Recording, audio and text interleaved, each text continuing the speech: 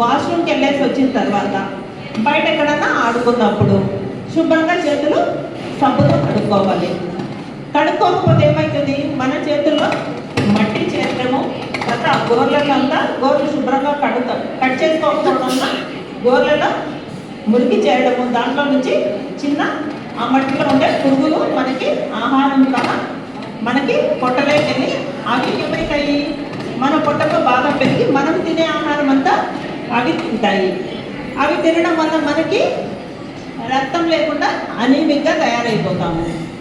అవునా, రక్తహీనత అనేది మనకు వస్తుంది.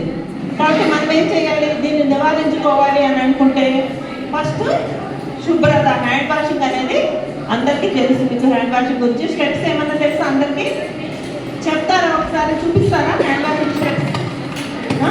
ఒకసారి చూపించండి స్టెప్. అందరు చూపించండి, కొంచెం పక్కన పెట్టండి, సైడ్ నుంచి చూపించండి అమ్మా. బేబీ సైడ్, ఒక సైడ్ చెప్పండి. హ్యాండ్ వాష్ స్టెప్స్ చెప్పండి.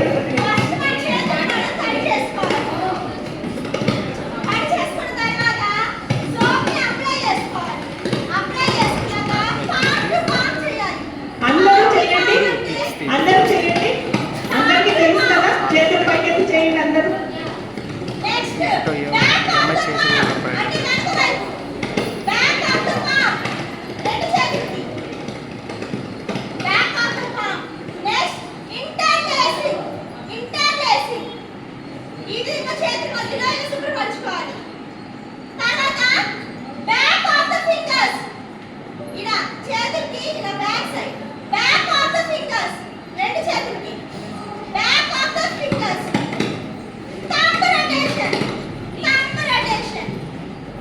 Sir, dear Garu, please come on to the day. Next, clockwise and anti-clockwise rotation. Clockwise and anti-clockwise rotation. Then తర్వాత